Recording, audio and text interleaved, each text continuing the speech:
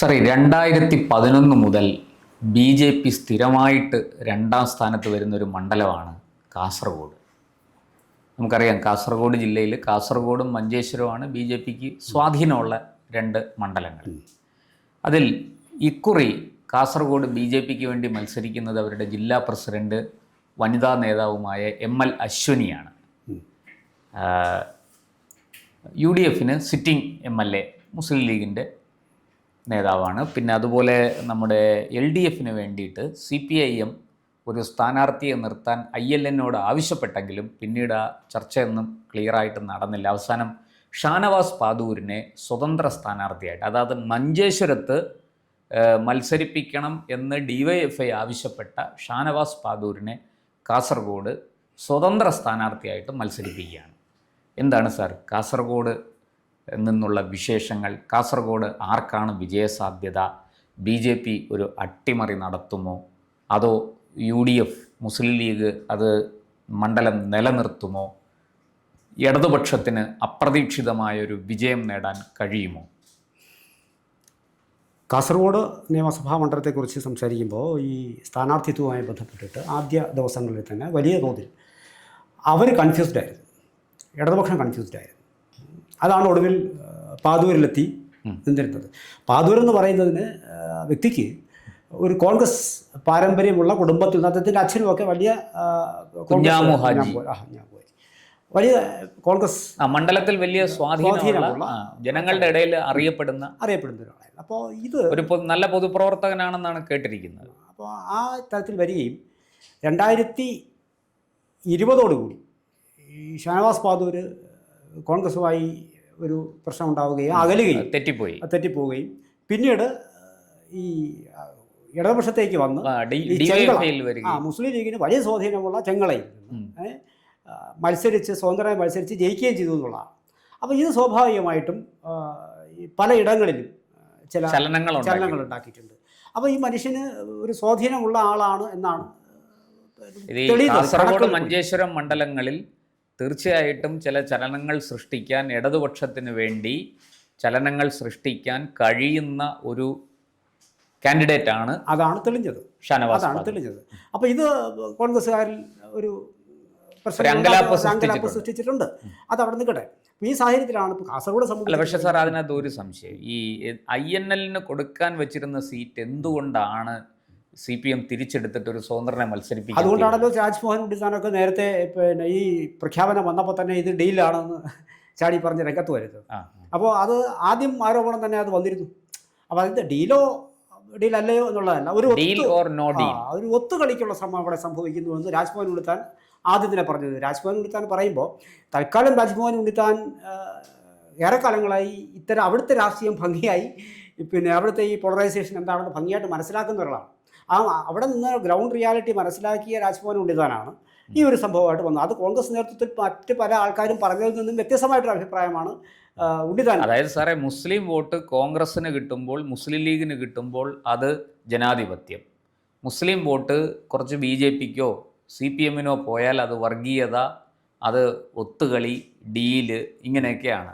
ഇത് ശരിയായൊരു അഭിപ്രായമാണ്? ഒരു MP എന്നുള്ള നിലയ്ക്ക് അദ്ദേഹത്തിന് രാഷ്ട്രീയം പറയാം, എന്നാലും ഒരു മര്യാദയൊക്കെ വേണ്ടേ? അല്ല, അത് ആക്ച്വലി ഇതൊരു മറ്റൊരു ഡിബേറ്റബിൾ ഇഷ്യൂ ആണ്. കാരണം ഇത് ഇവിടെ നിന്ന് പോകുമ്പം അങ്ങോട്ട് പോകുമ്പോൾ, അവിടെ നിന്ന് ഇങ്ങോട്ട് പോകുമ്പോൾ ആരാണ് ശരി, അത്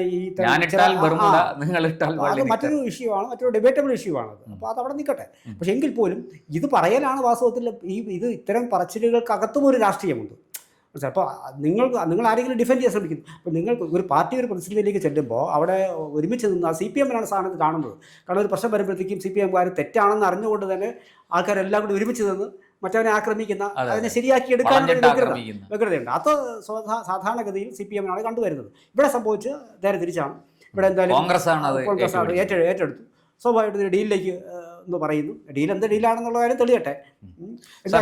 അവിടെ മറ്റൊരു വിഷയമുള്ളത്, 2011 മുതൽ ഈ കാസർഗോഡ് മണ്ഡലം എണ്ണുമ്പോൾ തുടക്കത്തിൽ BJP ആയിരിക്കും ലീഡ് ചെയ്യുന്നത്. അതായത് പോസ്റ്റൽ വോട്ട് എണ്ണുമ്പോഴും ഈ മറ്റ് പഞ്ചായത്തുകളൊക്കെ എണ്ണി വരുമ്പോഴും BJP ആണ് ലീഡ് ചെയ്യുന്നത്. പക്ഷെ കാസർഗോഡ് മുനിസിപ്പാലിറ്റി എണ്ണുമ്പോഴാണ് BJP പുറകിലേക്ക് പോകുന്നത്. അവിടെ വലിയ രീതിയിൽ മുസ്ലിം കൺസോൾട്ടേഷൻ ഉണ്ടാകുന്നുണ്ട്. ഈ മുസ്ലിം കൺസോൾട്ടേഷനാണ് BJPയെ വാസ്തവത്തിൽ തോൽപ്പിക്കുന്നത്. എനിക്കിപ്പോഴും ഓർമ്മയുണ്ട് 2011 മറ്റുമൊക്കെ ഏതാണ്ട് 15,000-ലധികം വോട്ടിന് മുന്നിലായിരുന്നു ജയലക്ഷ്മി ഭട്ട്, അന്ന് BJPയുടെ സ്ഥാനാർത്ഥി. പക്ഷേ കാസർഗോഡ് മുനിസിപ്പാലിറ്റി എണ്ണുമ്പോഴത്തേക്കും ആ ലീഡ് നില കുറഞ്ഞു വന്നിട്ട് പിന്നീടത് മുസ്ലിം ലീഗിൻ്റെ ലീഡ് കൂടി വരുന്ന ഒരു സാഹചര്യം.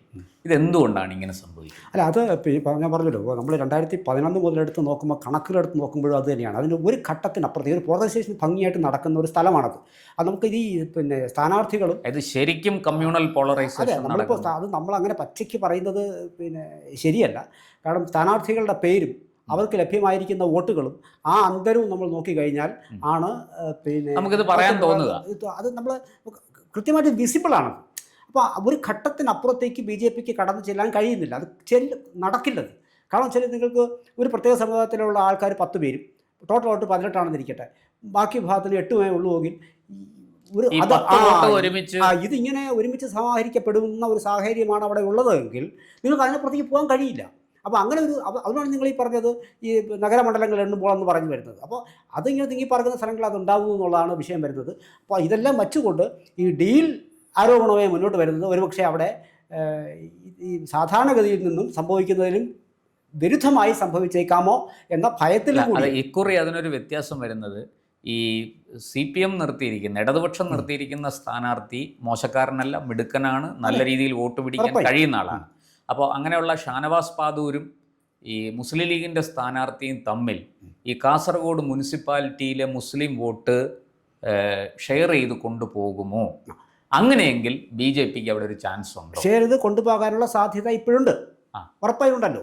അതികൊണ്ടാണ് അതിനകത്ത് ഒരു ഇതയം ഒരു ഇടതുപക്ഷ സ്ഥാനാർത്ഥി. അതുകൊണ്ട് കൂടിയല്ലേ രാജ്മോഹൻ ഡീല്. അതാണ് ഞാൻ പറഞ്ഞത്. ചെങ്കളയിൽ നേരത്തെ ഒരു വളരെ സ്ഥിരതയാർന്ന പ്രകടനം മുസ്ലിം ലീഗ് കാഴ്ചവെച്ചുകൊണ്ടിരിക്കുന്ന ഒരു സ്ഥലത്ത് നിന്നാണ് ഇദ്ദേഹം കോൺഗ്രസ് പാരമ്പര്യവുമായി വന്ന ആള് ഇടതുപക്ഷത്തേക്ക് മാറുകയും ഇടതുപക്ഷത്തിന് അവിടെ വിജയക്കൊടി പാറിക്കാൻ സഹായമായി മാറിയത്, പിടിച്ചെടുക്കുകയായിരുന്നു. അപ്പോൾ അതിൽ അദ്ദേഹം സഹായിച്ചതെന്ന് പറയുന്നത് ഇടതുപക്ഷത്തിന്റെ വോട്ടുകൾ മാത്രമല്ല, കോൺഗ്രസിന്റെ വോട്ടുകളും പിന്നെ സാമുദായിക വോട്ടുകളും അദ്ദേഹത്തെ സഹായിച്ചു എന്നുള്ളതാണ്. പിന്നെ കുടുംബപരമായ പശ്ചാത്തലവും അന്ന് അദ്ദേഹത്തിന് സഹായിച്ചു. അപ്പോൾ അത്തരം ഒരാൾ വീണ്ടും നിയമസഭയിലേക്ക് എത്തപ്പെടുമ്പോൾ സ്വാഭാവികമായിട്ടും അവിടെ ഈ വോട്ട് എവിടെയാണോ ഇങ്ങനെ ഒരുമിച്ച് കൂടി ഒരു ഭാഗത്തേക്ക് ചെന്ന് വീണിരുന്നത് അവിടെ ഒരു സ്പ്ലിറ്റ് ഉണ്ടാവാനുള്ള സാധ്യത ഇക്കുറിയുണ്ട്. അതുകൊണ്ടാണ് വാസ്തവത്തിൽ അത് സഹായിക്കാനാണോ എന്നൊരു സംഭവം വരുന്നത്. ഇത് അങ്ങനെയാണെങ്കിൽ ആരെ ആയിരിക്കും ഇത് കൊണ്ട് ആരുടെ വോട്ടിൽ നിന്നായിരിക്കും പോകുന്നത്? അത് UDF വോട്ടിൽ നിന്നായിരിക്കും കൂടുതൽ പോകുന്നത്. ആ ഭയമാണ് UDF അതിനകത്ത് ഉള്ളത്. അപ്പോൾ അത് BJPക്ക് കിട്ടുന്ന വോട്ടല്ല, അതാണ് സ്വാഭാവികമായിട്ട് അത് ലീഗിലേക്ക് കേന്ദ്രീകരിക്കപ്പെട്ടിരിക്കുന്നത്. അതിനുവേണ്ടി വഴി വെട്ടി തുറന്നു കൊടുത്തതാണ് ഡീല് എന്ന് അവർ ആരോപിക്കുന്നത്. മനസ്സിലായോ? അപ്പോൾ അതാണ് ഈ ഡീലിലേക്കുള്ള ആരോപണത്തിലേക്ക് പോകുന്നത്. സാർ, മുമ്പ് അവിടെ ഇടതുപക്ഷത്തിന് മുസ്ലിം വിഭാഗത്തിൽപ്പെട്ട സ്ഥാനാർത്ഥികൾ വന്നിട്ടുണ്ട്. അല്ല, എന്തെങ്കിലും ഭയം വരുമ്പോഴാണല്ലോ നമ്മളത് പറയുന്നത്.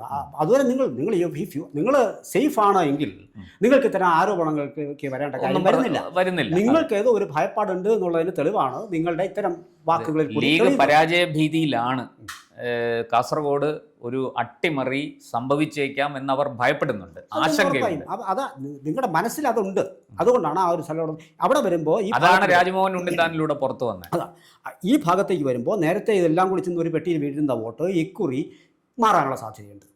രണ്ട് പെട്ടിയിലെ ആ മാറ്റമാണ് ക്രൂഷ്യലായി നാളുകളിൽ വരാൻ പോകുന്നത്. BJPയുടെ വിജയമായി മാറും എന്ന് ലീഗ് ഭയപ്പെടുന്നു. ഇത് ഒരിക്കൽ ഇതേ പാതയിൽ കൂടി വന്ന് തെളിയിച്ച ഒരാളാണ്. അത് വളരെ കൃത്യമായി തന്നെ ഈ അവിടുത്തെ പാർട്ടിക്കാർ ഉൾപ്പെടെ തന്നെ ഈ പ്രശ്നങ്ങൾ പറഞ്ഞിരുന്നു. സ്വാഭാവികമായിട്ട് ഇത് ഇനിയിപ്പോൾ ഒന്നും നടക്കുന്ന കാര്യമില്ല. അതിൽ ഡിഫിയുടെ ഭാഗത്തു നിന്ന് പോലും വലിയ തോതിലുള്ള വിഷയങ്ങളൊന്നും വന്നിരുന്ന കാര്യമാണിത്.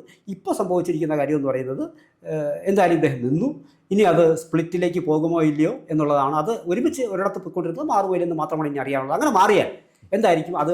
ഇന്നലെ വരെയുള്ള ഒരു കണക്കെടുത്ത് നോക്കുമ്പോൾ 11 വേണമെന്നല്ല, 11 എടുത്താലും 16 എടുത്താലും ഒക്കെ 16 ഒരു കണക്ക് നോക്കി 11-ലും 16-ലും 21-ലും ഈ രവീശതന്ത്രി ഗുണ്ടാറൊക്കെ മത്സരിച്ചപ്പോഴും അതെ നല്ല രീതിയിൽ BJPക്ക് മുന്നേറ്റം ഉണ്ടായി വന്നിട്ട് അവസാനം അദ്ദേഹം ഈ അവസാനത്തെ റൗണ്ടുകൾ, അവസാനത്തെ ബൂത്തുകൾ എണ്ണുമ്പോഴാണ് ഈ തകർച്ച വരുന്നത് BJP. അവിടെ N ബ്ലോക്ക് ഈ പോൾ ചെയ്യപ്പെടുന്ന വോട്ട് മുഴുവനും ലീഗിൻ്റെ പെട്ടിയിലേക്കാണ് പോകുന്നത്. അത് BJPക്കും കിട്ടുന്നില്ല, CPM-നും കിട്ടുന്നില്ല. നാമമാത്രമായിട്ട് CPM-ന് ഇടതുപക്ഷത്തിന് കിട്ടുന്നുള്ളൂ ആ വോട്ട്. അവിടെ ഇതിനകത്ത് പിന്നെ നമ്മൾ 2016 കണക്ക് ഇപ്പോൾ നമ്മൾ ഈ പറഞ്ഞു ബന്ധിക്കുന്ന കാര്യത്തെ സാധൂകരിക്കുന്ന കണക്കുകൾ കൂടി നമ്മൾ നോക്കുമ്പോൾ അത് വളരെ ക്ലിയർ ആണ്. എന്തുകൊണ്ടാണ് ഈ ഭയപ്പാട് വരുന്നത്, എന്തുകൊണ്ടാണ് ഈ ഡീൽ ആരോപണം വരുന്നത് എന്നുള്ളത് മനസ്സിലാവും. അതായത് നെല്ലിക്കുന്ന് വിജയിക്കുന്നത് 8600, അതായത് 8000 വോട്ടിൻ്റെ ഭൂരിപക്ഷത്തിലാണ്. അന്ന് അവിടെ രണ്ടാമത് വരുന്നത് BJP ആണ്. 56,000 വോട്ട് അവിടെ പിടിച്ചിരിക്കുകയാണ്. അപ്പോൾ അവിടെ വരുന്നത് മൂന്നാമതാണ് INLൻ്റെ സ്ഥാനാർത്ഥി വരുന്നത്. അദ്ദേഹത്തിൻ്റെ വോട്ട് കൂടി നമ്മൾ നോക്കണം.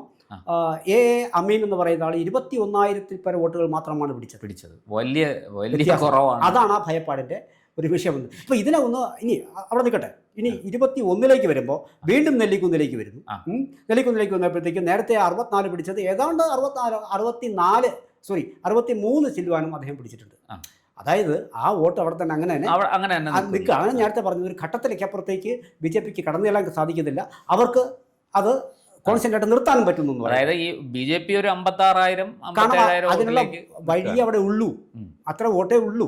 ഉള്ളതിൽ പരമാവധി പിടിച്ചു കഴിഞ്ഞിരിക്കുകയാണ്. ഇനി എവിടെ നിന്ന് പിടിക്കാണ്? മറ്റത് അതേപോലെ കോൺസ്റ്റന്റ് ആയിട്ട് നിൽക്കുകയും ചെയ്യുന്നത്. ആ സാഹചര്യത്തിലാണ് ഇത് മൂന്നാം സ്ഥാനത്തിലേക്ക് INL വരുന്ന 16. ഇനി നോക്കിക്കോളൂ, 21-ൽ മൂന്നാം സ്ഥാനത്ത് വന്ന ആ കണക്കാണ് ഞാൻ പറയുന്നത്. 21ലേക്ക് വരുമ്പോഴത്തേക്കും നെല്ലിക്കുന്ന് വീണ്ടും ഏതാണ്ട് 63 പിടിച്ചു, നേരത്തെ 64 പിടിച്ചു. വലിയ വ്യത്യാസമല്ല. ഭൂരിപക്ഷം വീണ്ടും 8,000 നിന്ന് 12,000ലേക്ക് പോകുന്നു. അവിടെ BJP 54,000. കാരണം അതിന് വിശേഷം എന്ന് പറയുന്നത് ഈ ടോട്ടൽ വോട്ടേഴ്സിൻ്റെ എണ്ണവും കൂടുന്നു. പിന്നെ അത് ഒരു 20,000 വർദ്ധിക്കുകയും ചെയ്യുന്നു. അതുകൊണ്ട് തന്നെയാണ് ഈ വർധനവ് നമ്മൾ അങ്ങനെ കണക്കാക്കിയിട്ട് കാര്യമില്ല. എങ്കിൽ കൂടിയും ശ്രീകാന്ത് എന്ന് പറയുന്ന BJP കാരനാണ്. അദ്ദേഹം അവിടെ കുറവ് വന്നു. അദ്ദേഹത്തിന് 50,000 വോട്ടേ പിടിക്കാൻ പറ്റുള്ളൂ. അപ്പോൾ ആ ഒരു കുറവുണ്ട്. അതവിടെ നിൽക്കട്ടെ. 50,000 ഇവിടെ 56 പിടിച്ചിരിക്കുന്നത്. അവിടെ ലത്തീഫ് എന്ന് പറയുന്ന INL കാരൻ 21 പിടിച്ചെടുത്ത് 28 പിടിച്ചു. 28 ആണെങ്കിൽ കൂടിയും ഈ 28ഉം 63 തമ്മിൽ വേണം നമ്മൾ നോക്കാൻ. ഈ നല്ല വ്യത്യാസം വരികയാണ്. ഈ 28ഉം 63 തമ്മിൽ നോക്കുമ്പോൾ വലിയ വ്യത്യാസമുണ്ട്. ഈ മാർജിൻ കടക്കാൻ കഴിയുമോ ഇല്ലയോ, അല്ലെങ്കിൽ ഈ പാതൂരിനെ നിർത്തുമ്പോൾ ഈ 28-നുള്ളത് ഒരു 35 ആക്കാൻ പറ്റുമോ എന്നുള്ളതാണ് അവരുടെ ശ്രമം. പക്ഷെ ഇയാൾ എത്രത്തോട്ട് വോട്ട് പിടിക്കുമോ, താങ്കൾ നേരത്തെ അവിടുന്നാണ് പിടുത്തം വരുന്നത്. അങ്ങനെ പിടുത്തം വന്നു കഴിഞ്ഞാൽ ഇതിങ്ങനെ സ്പ്ലിറ്റ് ആയി കഴിഞ്ഞാൽ സ്വാഭാവികമായിട്ടും ഇപ്പോൾ നിൽക്കുന്നത് ML അശ്വിനിയാണ്. ഈ 58,000 വോട്ട് പിന്നെ അവിടെ നേരത്തെ 56,000 വോട്ട് BJPക്ക് ഉള്ളായിരുന്ന സ്ഥലമാണ്. അത് വലിയതിൽ കുറഞ്ഞിട്ടില്ല, എങ്കിലും കുറഞ്ഞു, 6,000 വോട്ട് കുറഞ്ഞു. അതായത് അത് അന്ന് 6,000 വോട്ട് കുറയുന്നതിനൊരു കാരണമുണ്ട് സാർ.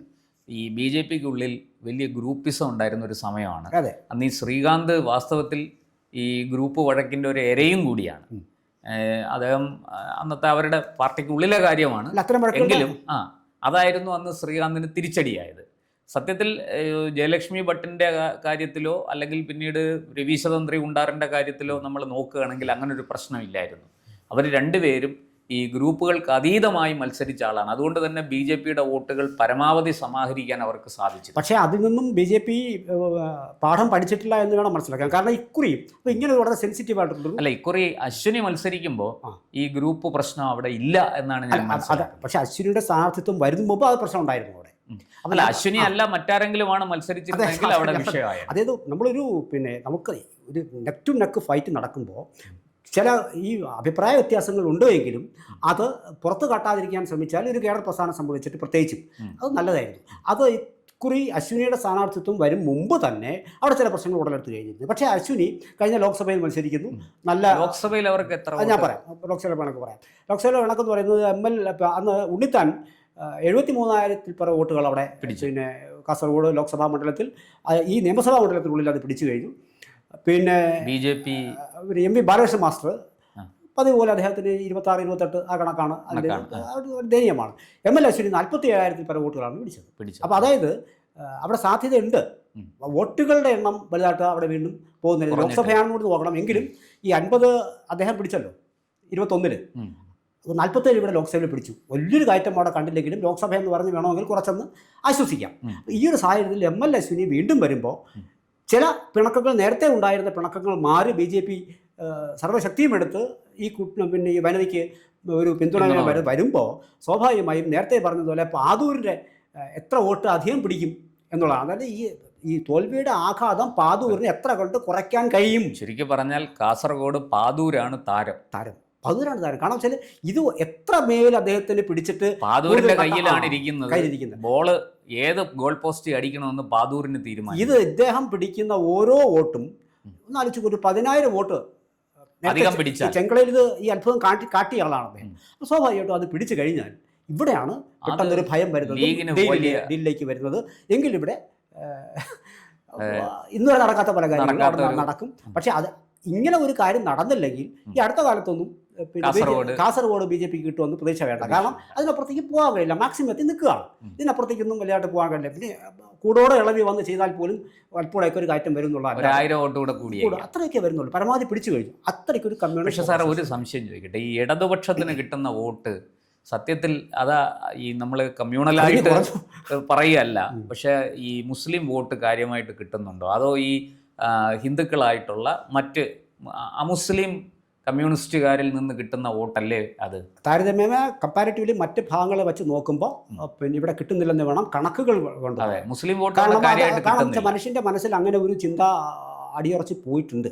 അതാണ് എപ്പോഴും നിങ്ങൾ ശ്രദ്ധിക്കുക, ഈ 20കളിൽ കിടക്കുന്നത് അതുകൊണ്ടാണ്. 30-അപ്പുറത്തേക്ക് പോകുന്നില്ല, കിടക്കുന്നത്. കാരണം മറ്റ് പല ഭാഗങ്ങളിലും കണ്ണും പൂട്ടി LDF വോട്ട് ചെയ്യുന്ന മറ്റ് മതവിഭാഗക്കാരുണ്ട്. പക്ഷേ ഇവിടെ അത് സംഭവിക്കുന്നില്ല. നേരത്തുള്ള കണക്കുകൾ ഞാൻ പരിശോധിച്ചിട്ടാണ് പറയുന്നത്. നേരത്തുള്ള കണക്കുകളൊക്കെ അങ്ങനെ വരുന്നത്. നമുക്ക് ഈ പ്രത്യക്ഷത്തിൽ പല ആൾക്കാർക്ക് പല അഭിപ്രായങ്ങൾ പറയാം. പക്ഷേ ഇതിനകത്ത് അങ്ങനൊരു സംഭവം അവിടെ കാണുന്നില്ല. പോകെ വളരെ കടുത്ത രീതിയിലാണ് പോയിക്കൊണ്ടിരിക്കുന്നത്. ഇവിടെ ഒറ്റ പ്രശ്നം, ഡിവിഷൻ വളരെ രൂക്ഷമാണ്. പ്രധാനപ്പെട്ട വിഷയം എന്ന് പറയുന്നത്, ഓൾറെഡി അദ്ദേഹം നേരത്തെ കാണിച്ചിട്ട് പോയ ജാലവിദ്യ വീണ്ടും പാതൂര് കാട്ടുകയാൽ ആ തോൽവിയുടെ ആഘാതം കുറയ്ക്കാൻ കഴിയും. ആ തോൽവിയുടെ ആദ്യം അവിടെ കുറയ്ക്കുന്നത് മുസ്ലിം ലീഗിന് വലിയ അടിയായി മാറും. ഒരു പക്ഷേ അത് BJPക്ക് ഒരു ലോട്ടറിയായി മാറാനും സാധ്യതയുണ്ട്. അത് കാത്തിരിച്ച് കാണാം. കൂടുതൽ വാർത്തകളും വിശേഷങ്ങളും നേരിട്ട് ലഭിക്കാൻ ജനങ്ങളിൽ നിന്ന് ജനങ്ങളിലേക്ക് ജനഭൂമി ന്യൂസ് സബ്സ്ക്രൈബ് ചെയ്യൂ. ബെൽ ബട്ടൺ അമർത്താനും മറക്കരുത്.